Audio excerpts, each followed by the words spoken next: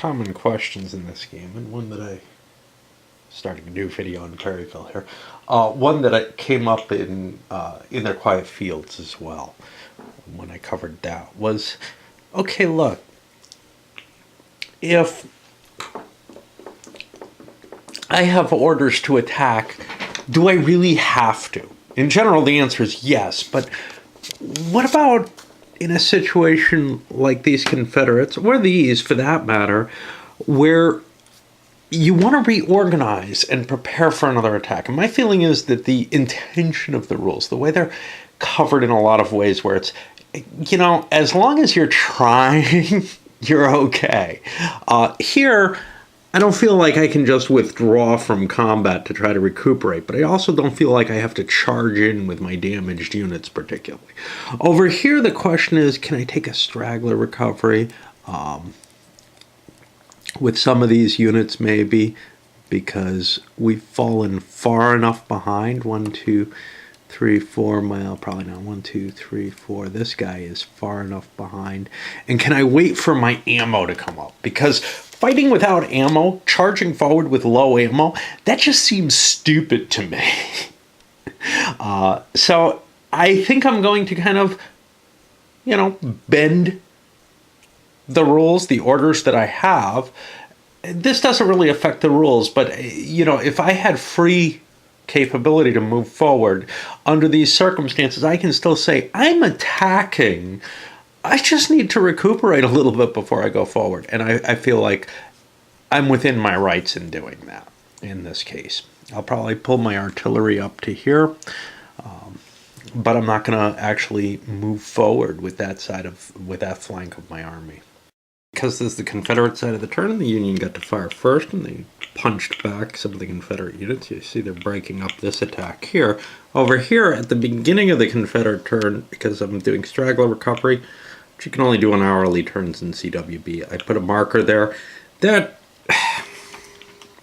Here's another kind of iffy thing that you decide in the game. Do you only put straggler recovery where you're legitimately allowed to recover stragglers? Not within the rules in terms of, so as long as I'm 4 hexes away, I'm allowed to do it. But whether or not I've actually taken losses, in this case I have, but that's one thing that can be left to interpretation. Should the enemy know, the enemy knows where you might be recovering stragglers. If you mark a unit with a straggler recovery, that can often cause the enemy to direct fire at that unit. So it doesn't make a lot of sense to be saying, he's shooting at me because I'm straggler recovering. Because if you fire at a unit that has straggler recovery marker, and there's no opportunity here, I don't have anything within range, the artillery's back here. But if you fire at something that has a straggler recovery marker, you remove the marker. It doesn't matter what you do. Long-range artillery fire, that'll scare off the straggler recovery. So I like to say, hey, I can put those up as kind of decoys to attract fire. If the enemy wants to plink to try to remove my straggler recovery, that's great. But he shouldn't know where I'm actually liable to be able to recover. Anyway, where was I? Confederate artillery was going to fire here.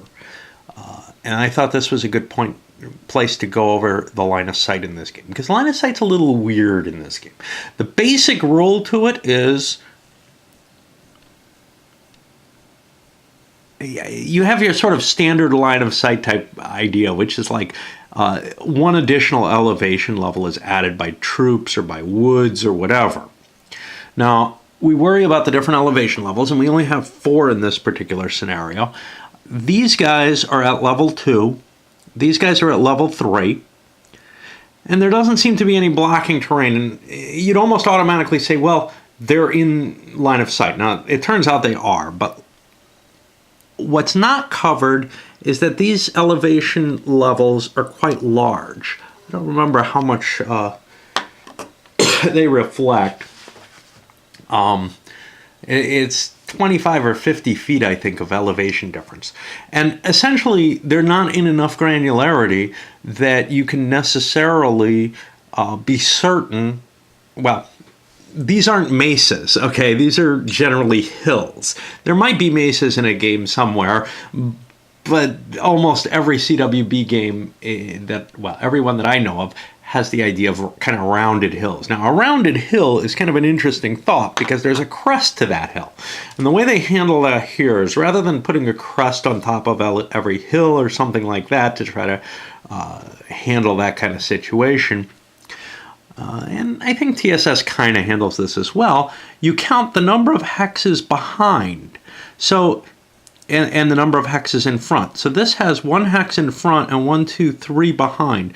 So the crest of the hill is somewhere back here, so I can see anything down here. I'm not behind that crest. And that's kind of the core idea behind most of the line of sight strangeness in this game. Anyway, in this case I can see. In some cases it's harder. So for example, I wouldn't be able to see, if this unit weren't here, from here over to this side. Because these are the, well, let me take an example that's a little better.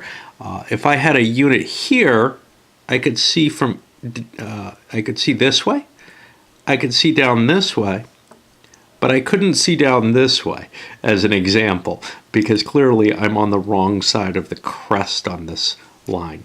And, you know, you can kind of fudge this and everything, but it works pretty well, actually.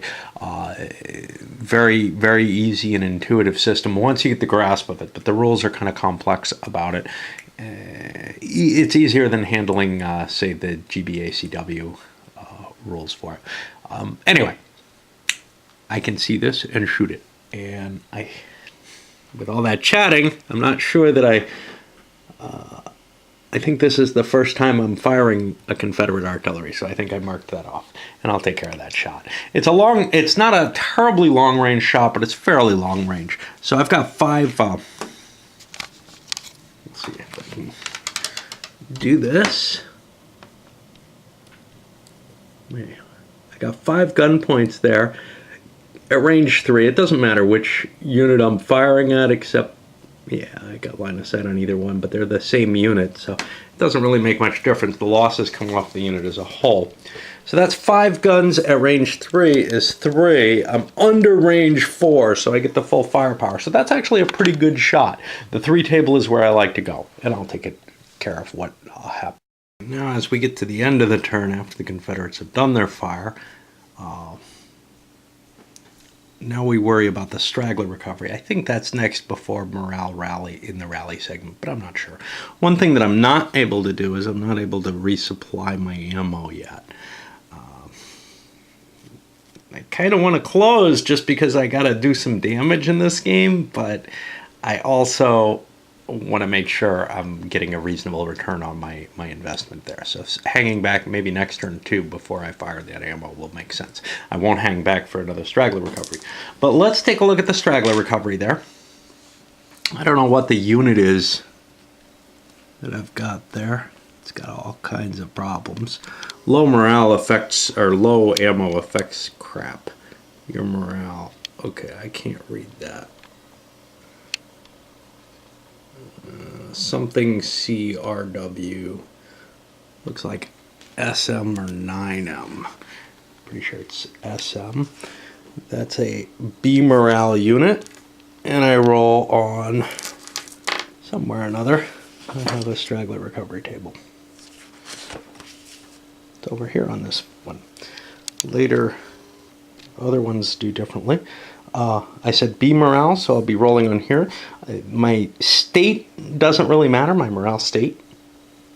I couldn't do a recovery if my rect status doesn't matter. I couldn't do a morale recovery if I was in a different state than normal. You get a bonus at night to recover. And I'll be recovering actually 2 strength points. In order to do that, I need a replacement. Unfortunately, I do not have 2 strength points to recover, so I recover the 1 that I have. And now my units become a little bit stronger, can take a little bit more casualties, right? You would say, well, that doesn't have much effect. Nah, not in a short battle like this, but in a longer battle, it can make a big difference. And it's another point before I get wrecked, which is a big deal. Okay, now I just handle my morale recovery, which again is that automatic process that's going to take place.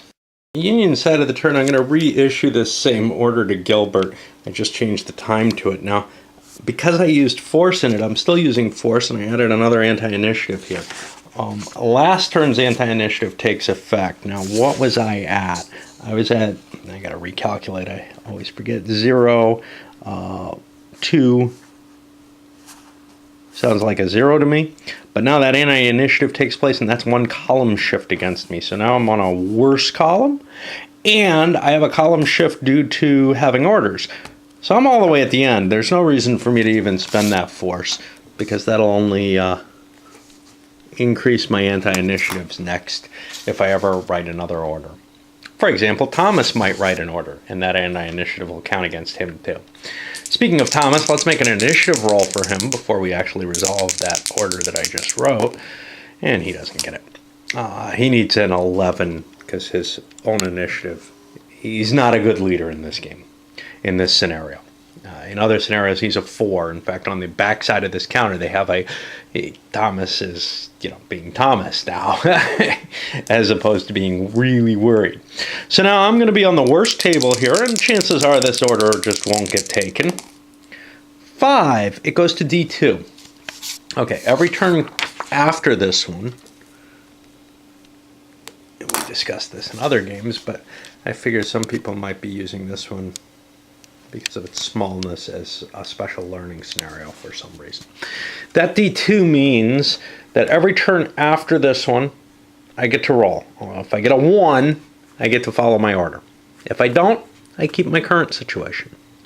If I end up, say, getting attacked and doing a core defense failure and losing my current orders, I also lose all pending orders. The situation's changed so drastically that I don't get to keep my order stack at all. Anyway, not a lot here. The Union's not taking any wrecked divisions yet, not even wrecked brigades, although they're getting close there. Confederates have a couple wrecked brigades, so that doesn't have no divisions yet, though. All right. As I start the Union turn, I'm going to do some stuff that's kind of funky. First, I'm going to collapse this unit into this one. They're getting close to not being able to maintain an A on both sides there. That's 28-3-1. I'm getting close to dropping down to an AB, so it could be that I'll end up in a weaker position. I don't have anywhere where I can recover stragglers. Everything's really at least within 3 hexes, except this unit, which is not normal morale. So I can't throw any straggler recovery markers down anywhere where it might matter. I could put one down over here, but that's not going to matter to anyone. It won't even attract fire because the Confederates know they haven't shot there. Not that they have fire that could go there. Now what I'm going to do here is I'm going to move this unit. Now the artillery unlimbers, or limbers for 3, moves forward a hex and then unlimbers. So that costs it at 7 movement points. You can inch forward that way. And likewise, I move the infantry forward at the same time. I can't move to within 2 hexes doing that because I'll attract fire. But I can do that with non-small arms fire. I could also push this guy forward a little bit and open my line up a bit. There's no real need for this because I have good lines of sight here, but it tightens the structure of my line a little, so I like that better. Gives me more room to fall back if I need to, too. Okay, now, on the Confederate fire, I have a more interesting target here at this point. I have an artillery, which is going to be irritating to me. I would like to get that out of the way and or reduce it. So I'm going to blow an artillery shot here. I got my 5 guns at 3. Now, that has, I believe we checked that before, a 3 fire value.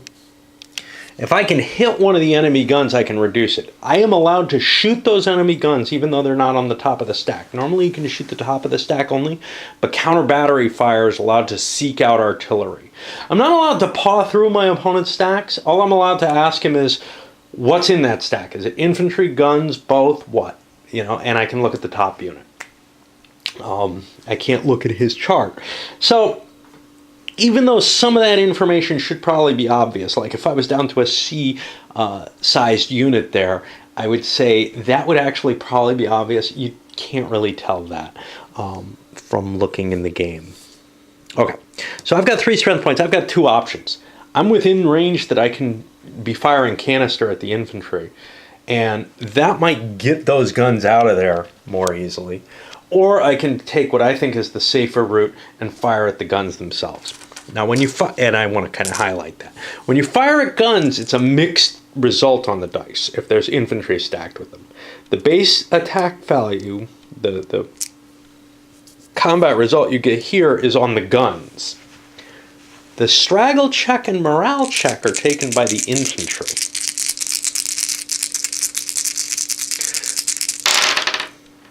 So we get an example of this. I got a hit, and that means I get to place a 4-pointer under the damn gun.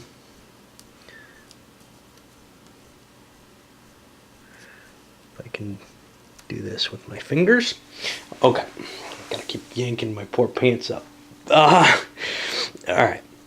So a hit on that gun is important because they get to shoot back. They'll only be shooting on the 2 table now instead of the 3 table with their artillery. This is a Union turn, so they fire second. Now, I look at the Confederate or the Union unit that's here,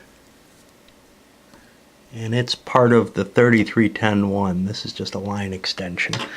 Oh, I hope that thing's not wrecked. That's getting pretty low too. That's a D morale unit. And I rolled a 6 for the straggle. That means it's going to straggle 2. It's now wrecked. It's the wrecked of a wrecked. Remember, there's a bigger penalty for that. So it's D down 2, 4, 6 to this line here, the gray. But then up 1 because it's stacked with guns. And down 1 because it's shaken. And I rolled a 22, which is shaken. The cumulative effect of shaken or unshaken, I believe, remains shaken, but it may be disordered. I actually looked that one up. I know disordered on disordered routes it. Shaken on disordered doesn't do anything. Hey, I opened up. So these are the ones that cause a difference, and that... no, shaken stays shaken. The kind of interesting one is, if a disordered unit gets bloodlusted, the unit's normal. If a routed unit gets bloodlusted, the stack is shaken. If shaken gets bloodlusted, the stack is bloodlusted. Interesting combinations there for improving morale due to the fire. Anyway, that's all we have to worry about that particular fire, but I have to do the rest of the Confederate defensive fire here. You can see their line's just been pieced here. The Union doesn't really have orders to take advantage of that. Tactically, they could move closer and try to take advantage to some extent. There are limits to how much you can do that with, though. And that's really, again, like a lot of things in this game, it's something that the players have to kind of decide for themselves. How much are you willing to push that? So, for example, I would have had no problem with, say, moving a Union unit up here to get increased firepower on the Confederates. I would have a real problem with the Union charging across Doctor's Fork. I think they can. I think their defensive orders and the terrain and everything make it reasonable that they could push the Confederates beyond that and actually be quite active in doing so, but unreasonable that they cross it. That would be really a violation of the spirit of the orders. If you've been following things, you'll see something kind of weird here. Remember, this unit was bloodlusted. Now it's shaken after Confederate fire. The reason for that was I was allowed to fire at it twice. It has artillery in the stack, so I was able to fire at the infantry with my small arms and then selectively target the artillery with the artillery fire. The first fire removed the bloodlust, a bad morale check there. The second fire actually caused the unit to become shaken, and that fire also caused some stragglers on the infantry, of course. Now the Union gets to return its fire. Successful fire on this unit caused an additional hit and a straggler, which has wiped out every single box on the unit. What that does is the unit gets removed from the board. Now, because the unit's not completely destroyed, this is the JBLW here. Some of these losses, many of these losses, are stragglers rather than actual casualties. I keep the unit available on the board or near the board so that I can straggle recover it later. It can come back on the board and actually even become unwrecked given its situation, because there's where its wreck number, it actually has one straggler over wrecked. This is not a permanently wrecked unit. However, it's really unlikely that it's going to recover in the course of the game. In fact, impossible, I believe, with its morale. But it probably doesn't matter to even straggle recover it, because I don't want to get it into combat again. So it may be best and safest to keep it off the board just to avoid that. I'll probably bring it back though in the next straggler recovery opportunity. All right, on to more fire. And now we move to the 3:30 turn after all the Union fire and did some rallying. We have one shaken unit left. It's very unlikely that units maintain any level of morale degradation for a long range. Usually forces don't break beyond disordered very easily. So often what happens is the attacker moves forward, he gets some units disordered or shaken, maybe falls back a hex or whatever, and then he recovers most of that. The disordereds become shakens, as we saw here during his own turn. Now, sometimes you'll see units getting thrown back when they're the non-phasing player, but they get first fire, so they often are able to drive back the most threatening enemy units before they take enough they take enough fire to cause them casualties. We're seeing a high rate of casualties in this game, though. A lot of close-in fighting going on for what there is on the board. Alrighty. You know, one thing I've been thinking about, the historical battle happens on October 8th. There's 3 days set aside for some of the bigger options of battle for this. I see no reason, if both sides wanted to, that the battle couldn't be stretched into a second day, say, using the historical battle. But if, for example, the Confederates wanted to bring on some of their local troops, it might even be possible that the Kentucky forces, the Army of Kentucky, would be up here by now, by the time of the next day. I think historically they connected up with Bragg as Bragg was retreating. So it would be kind of a, gee, when would they actually come in? You know, would there be an opportunity for that? But that's essentially an option that you could pretty easily script out for yourself to make this not a pure what if, as much as some of the other scenarios in the game are. More of a, well, this isn't too unreasonable. If Bragg stuck around a little longer, that seems like a little bit less of a stretch than some of the others. Like, what if Bragg connected with the Army of Kentucky and was able to hit here in force?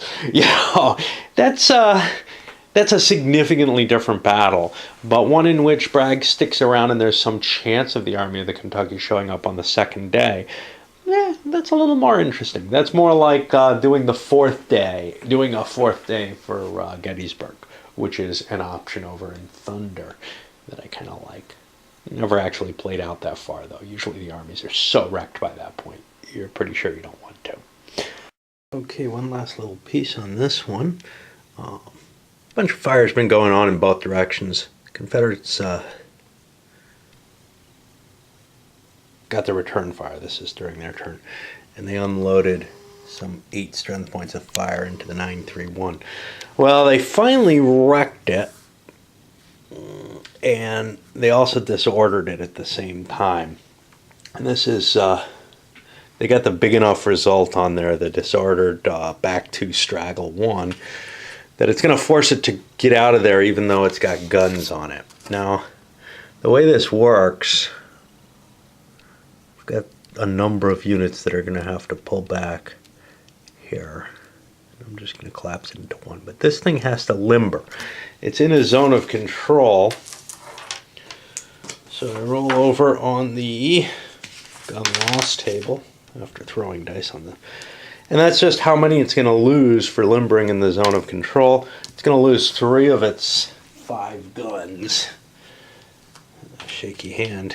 And I'll just replace the number in there. No reason to watch that. It's too early in the morning for me to do detail work like that on camera.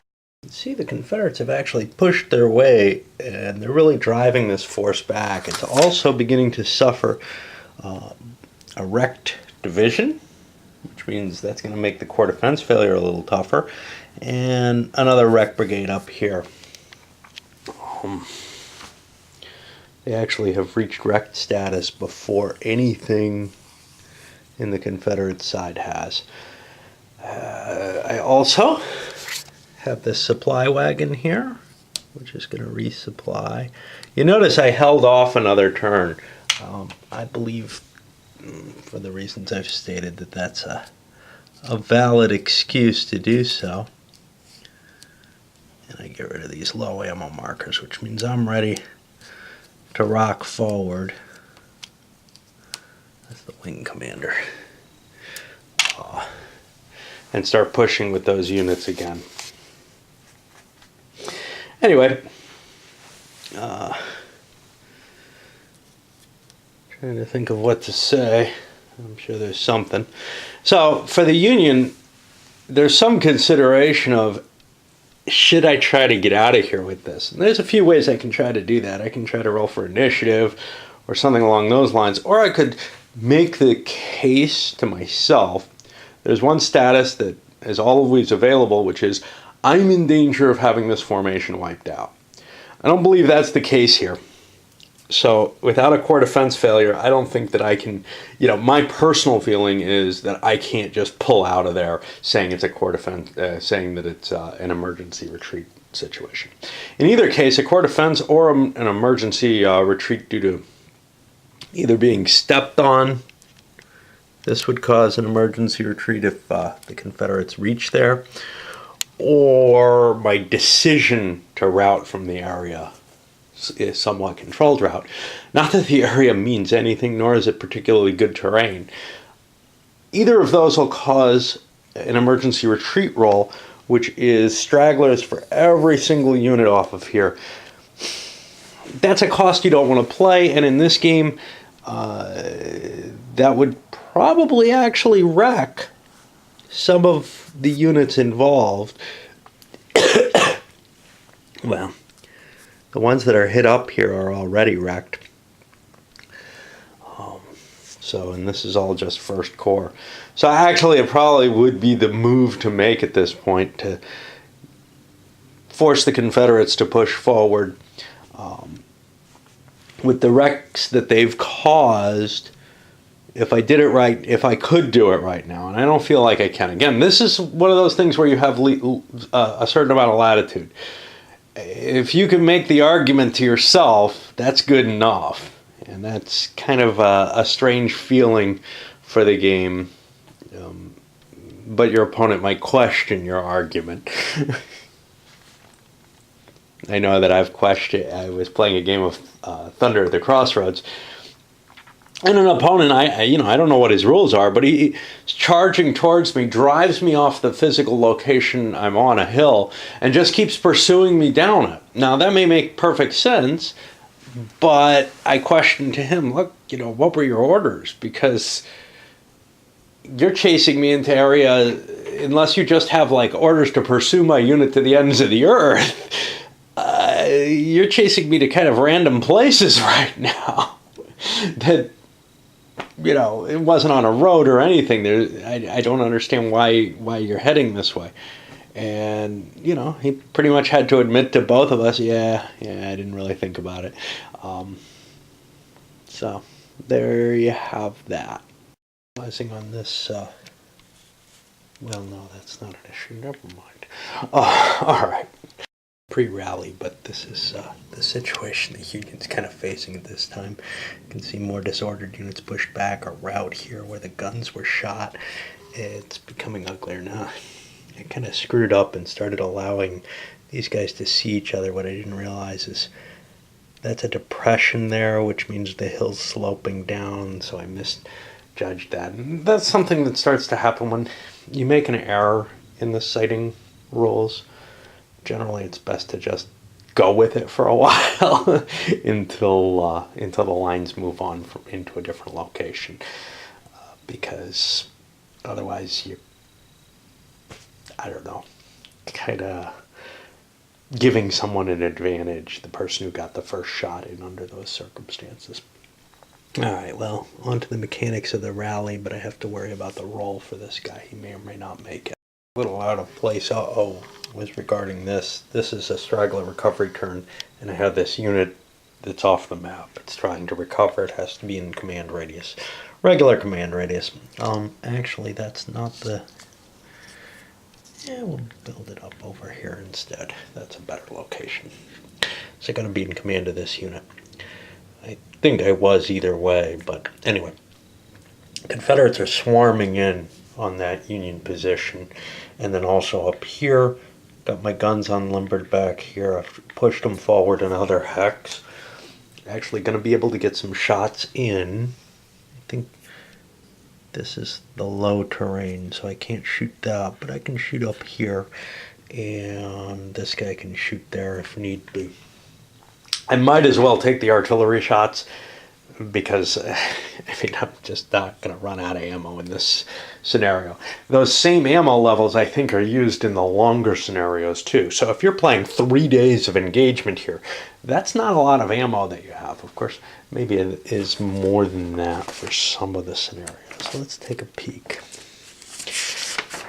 Sometimes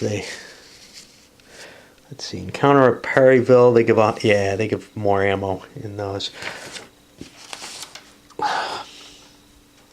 But, but 3 days of firing, running through 180 ammo is quite possible, I would assume. Not maybe with 4 batteries, but if you have twice that or so, which I think is what you have when you have all these extra units. All right, well, now the Union gets the defensive fire as the Confederates are pushing further and further into that unit.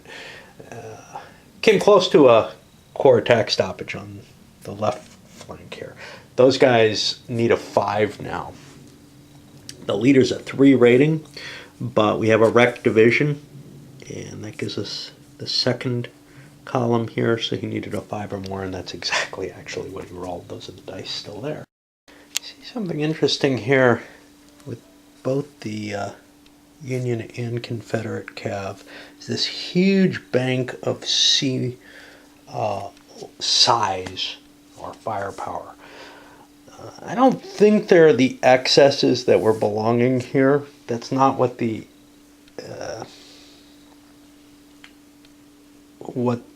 errata seem to indicate. And you're seeing it over here too. I think what it's meant to indicate is sort of the horse holders and the like. Confederate fire is pretty much devastating the Union position. You can see 3 routed units. Here's the problem. PS with a new package. Anyway, what I was saying is the Union position is sort of untenable here, because before they could have just declared an emergency retreat, but they can't do that with these routed units easily. Those things are going to be taking fire if I pull out with my good units. The emergency retreat doesn't move them. Now, if they fail their morale check, they keep running. But the situation is looking more dire at this point than it was just a little while ago. I may still do it, it's more of a conundrum. And we also saw this sucker come up and appear back in the game. I don't really want to engage him in combat. He could conceivably, though, recover well enough that he could become perhaps unwrecked and be worth no victory points at all then, which would be kind of cool. Yeah, with little hope in place, I think I'm going to have to declare the emergency corps retreat. These guys didn't start moving. I couldn't get an initiative over here. Could actually try Seeing if Thomas can get an initiative and an order in play. Nope. I tried just with the corps leader to give it orders to get out of here. And then what's going to happen is each unit in the corps, whether it moves or not, is going to roll its own attrition check on the straggler table. And then I have to move the corps a significant distance away. I think it's 6 to 12 movement points away. And then I can pull everything else back. Then they're going to be in a state of no orders. No orders is an interesting state. It makes it easier to accept orders in the game. Not only do you not have the penalty, but it actually gives you a shift in your favor for achieving orders, which is kind of a weird situation because it doesn't exactly mirror what's going on under the normal rules, where you're assumed defensive orders and you have no penalty for leaving that status. But the other thing is, if you're attacked while you're under no orders, you have 2 turns to acquire orders, or else you do an emergency corps retreat. Now, if it were easy, if the opponent could write commands, and this is one of the debates I have, can they not, that say, attack this unit and pursue it wherever the hell it goes, then the no orders state could become a real problematic situation where you just can't recover from it. Now, people usually don't write orders like that because, well, then the defender gets to choose where you go, and it becomes kind of like Saladin fainting in front of the enemy forces. You can pull the attacking forces into some kind of trap that way. So it might not be a great idea to write orders that would take advantage of this, but if you did, you'd start seeing situations that didn't really happen very much in the American Civil War. Anyway, the problem is I don't have voluntary movement over these routed units, so they're going to get left behind and probably end up taking casualties, in addition to the stragglers I take. But it just looks so hopeless where I am. I just can't validate. I can't find the words to speak. I can't come up with a reasonable reason to stand there, except maybe that, well, the scenario victory conditions seem to indicate that I'd be better off trying to do so. What I haven't done is I haven't made a core defense failure check yet. Now, my chances aren't terribly good of failing this, but I may not have an option on it. My leader's okay, but I'm going to be over here because I've lost a division. So I need a 6, but it's defensive orders, so I have 2 in my favor, so I need at least a 4. Yeah, I'm going to be able to hold. So now I just more or less make the decision, do I want to retreat or not? The corps headquarters is here. I really can't defend that any longer. I'm going to get stomped on probably, unless I throw units in the way. So I'm going to take the emergency. After the withdrawal, you're seeing the forces have pulled back. The corps headquarters is way back here. I don't have any orders. I have to cross them off, actually. This was the first corps. I cross off just by marking both the order number and the status. Usually that's sufficient because I look up whether or not I have an order based on this, and I look to see what's effective based on status. The rest of it, well, let's save some ink and not cross everything out.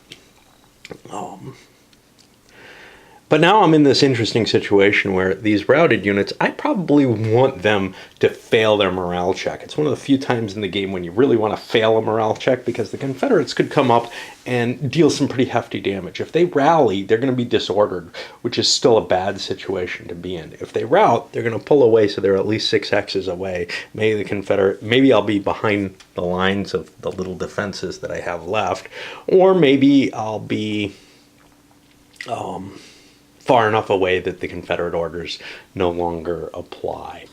So we'll do some quick rolls there. This cav doesn't have any benefit to it, and it's going to run.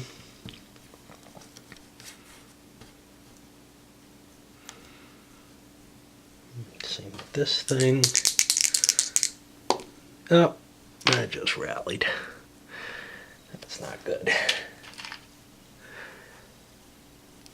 I got no idea which way to face, because almost no matter what, I'm going to get some flank attacks unless this other unit here also rallies. That has a leader on it. Not a good enough one, though.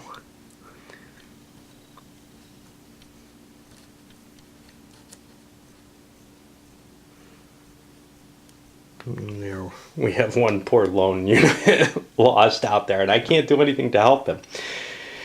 Obviously no straggler recovery when I'm doing the core withdrawal because everything's moving.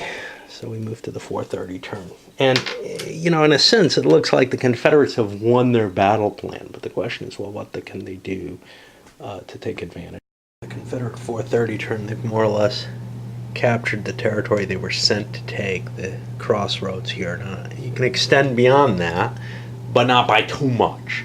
The extending beyond is just to secure that territory. Basically, the way I feel is if I feel that I'm safe putting my core marker on the crossroads, then I wouldn't want to be able to go any further than that, really. And I wouldn't want to extend it. Honestly, I would actually keep the core marker behind that a bit. I'm looking maybe a couple hexes in front at most. The Union command is still in some risk here, but not in the same kind of danger that it was of just being overwhelmed. They're in a better defensive position. Of course, they've got to get orders within 2 turns. Well, except the day is running out. This scenario ends at 6 p.m. and it's pretty much over. We saw Webster's unit, which was the routed guy that got left behind, disordered. Well, his unit dissolved, and that's over here. That's a permanently wrecked unit now. That's a couple of victory points. Controlling Perryville. You know, when you start to look at things, it's pretty obvious the Union's lost today's battle. When I get to 6 p.m., maybe I can convince myself, geez, maybe I'll do another day. Maybe Bragg would stick around, because the historical situation showed the Union beginning to move down the pike, etc. And at least showing that, gee, we really don't have the force to handle 2, maybe 3 corps here. But I don't know. It's tough to. Every battle I can kind of justify in a Civil War game going another day, you know. The Union side of the 4:30 turn, they pull back here to the hills. Now the real question is, what now? I sent Hardee on the Confederate turn back to Bragg to get more orders. But honestly, as far as I see it, the battle's over. There's going to be a little artillery engagement here, and we'll take care of that, where the Confederates can fire some more guns. And then we really enter into night turns. This is going to be visibility 2, which means artillery no longer helps. And then it's just a matter of calculating out, you know, what the victory points are at that point, unless I do choose to continue onward, which, since I have something else I kind of want to do, is unlikely, but we'll see. I'm using this marker here, although actually it doesn't even matter, because I haven't come under close range fire, basically to indicate, hey, the Union's been up there for 1 full turn without orders. But that actually does, actually it does matter. So they have to achieve orders because they took the fire last turn where they were. Otherwise, if they take another round of fire, they're going to have a possible withdrawal. Again, an automatic withdrawal if they don't have orders. But the problem is the Confederates don't want to advance. This is a started turn, which means it's straggler recovery. So I put this marker to indicate everybody's going to recover stragglers. The Union ended up firing the cannon. I couldn't move Confederate cannons into place because if you move units into a hex that has straggler recovery, you break the straggler recovery. You make the die essentially disappear, or the chance disappear. So rather than moving up and unlimbering my own guns, I chose to roll the dice. Well, one of my units got fired at, and it would not get to recover stragglers. It's got the shaken marker on it, which helps me recall that, but it actually did take a straggler and did take a morale failure there. Other than the failure of the Union, and I didn't even check their initiative or their order acceptance roll. That's only one die I'm supposed to use. Other than the Union failure to march down towards Perryville and engage, which they would have done,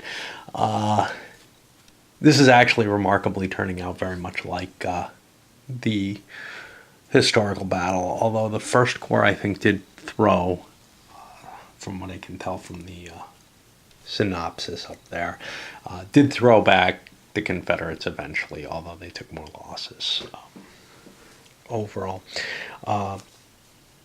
This is turning out the same kind of tactical victory, but Bragg now is fairly aware of what Buell has available.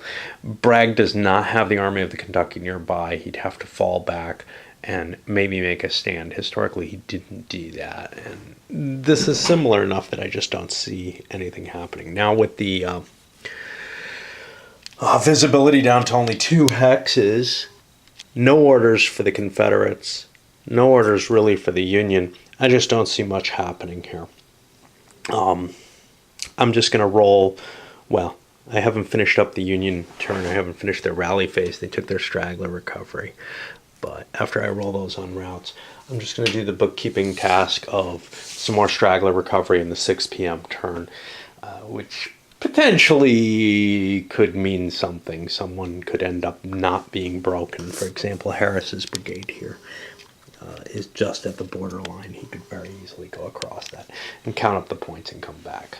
I'm seeing this as close enough to the historical that I'm willing to say, Bragg would pull out. He's outnumbered overall in the field here. And that's actually the end of things going into the 7 p.m. turn. You'll notice night turns are an hour long instead of a half hour long, along with decreased morale checks, increased core attack failures, and the like. And also, obviously, visibility goes down to 1 hex. Although that can actually make it more bloody. For the most part, there's a lot of rules in play that kind of prevent night battles from being pursued. Generally, you also, I don't think, can move next to somebody at night. So once you break apart, which is very easy with the failed morale checks, you generally squat down for the night, and that's it. Anyway, let's count up our victory points. The Confederates are going to get 3 for Perryville, but let's see what else they get here. They've got 1 for this partly wrecked unit, so that puts them to 4. 5, 6, looks like 7 points for them. Whereas, and they should be permanently wrecked. Hold on. 4, 5, 6, 7, 8, 9 points total. Okay. Over here for the Confederates, they're at 1, 2, 3. Looks like three wrecked units. So we're talking about a 6-point difference, which for this scenario is going to be a Confederate major victory, actually. I think the historical put it as a little bit weaker. So I the Confederates did a little better, but not by much. And I'm going to just do the wrap and the review very briefly here because I like the CWB system. You know why if you've watched some of my others. This is a fairly clean, simple, nothing special battle. It's also not terribly interesting playing the historical battle. You've got these fixed commands in play that look sufficient. You don't really have leaders that are capable of changing them. There's not a lot to the historical battle that you can do to it. You could, of course, say, okay, what if Bragg stays the extra day? And try to see what'll happen under those circumstances.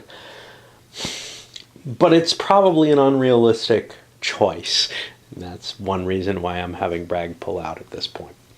Because I don't see, even with the major victory, that he did enough and that his army's in good enough shape. Because all he's going to be able to get is maybe Breckinridge and Withers. He's not going to be able to get the Army of Kentucky. And on the other hand, all of this could come in for the Union. And then more, I have Sill's brigade around. So there's a lot of Union forces in the area that could be called upon very easily, given the time of another day to react. So the historical battle is not terribly interesting. I would assume that the ahistorical what-ifs are a little bit more intriguing because they don't... First of all, one of the big factors here is not enough time. Well, you give me 3 days, some maneuvering space and stuff, and you got an interesting scenario for the CWB scale. But if I have... What was it? 1, 2, 3, 4.5 hours of battle, and that's it. That's nothing in CWB. And you could see this was just a tiny battle. There's not a lot of interest in it for me. On the other hand, I'm not terribly thrilled with the idea of, but what if? That's a lot of what CWB provides, is a lot of these, you can bid points to get different things. And that's all very interesting. It feels kind of SFB-ish to me in the... let's design us a scenario, and throw pieces together. At least there's some historical background to it all. Some possibility of it could have turned out this way or whatever. But, it's less interesting with a tiny little battle like Perryville anyhow than it would be, say, with Gettysburg, where, I don't know, the what-ifs are more interesting to me is all I'm saying.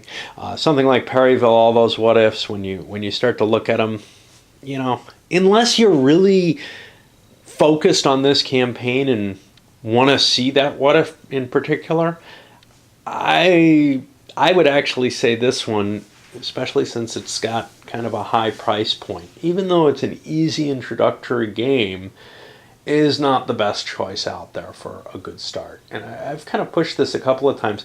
Probably the best one that's out there that's still for sale at cheap prices, the fall sale it was available, is Champion Hill, which we'll see eventually. I'm trying to look for it. I've got to have it up here somewhere. I don't know where I got it hiding. It's got to be around there. I'm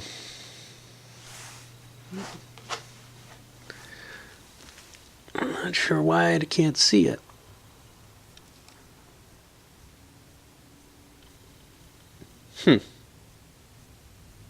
Yeah, I don't know where it's hiding. Oh, there it is. So that's actually not the next one. The next one's No Better Place to Die, which is an okay scenario as well. I got these two about the same time, I think. And they're kind of nicer, smaller battles that I think show a little bit more. They have a little bit more legs than Perryville does as a historical battle. But, if you're really into the Battle of Perryville, you do want to get this. There's no question. There's still a decent game in here, not necessarily the historical. But you could tweak with it, try to do a second day of battle, although there's no rules for that, do one of the ahistorical things. But unless this is a particular focus of yours, you have to pay a decent amount to get, a used copy I think I got around for $40, which, is about what they go for new without any markup, with any markdown on them. So that's kind of high for a used and well-worn game, I'd say. But I don't know, I'm a completionist. All right, up it goes.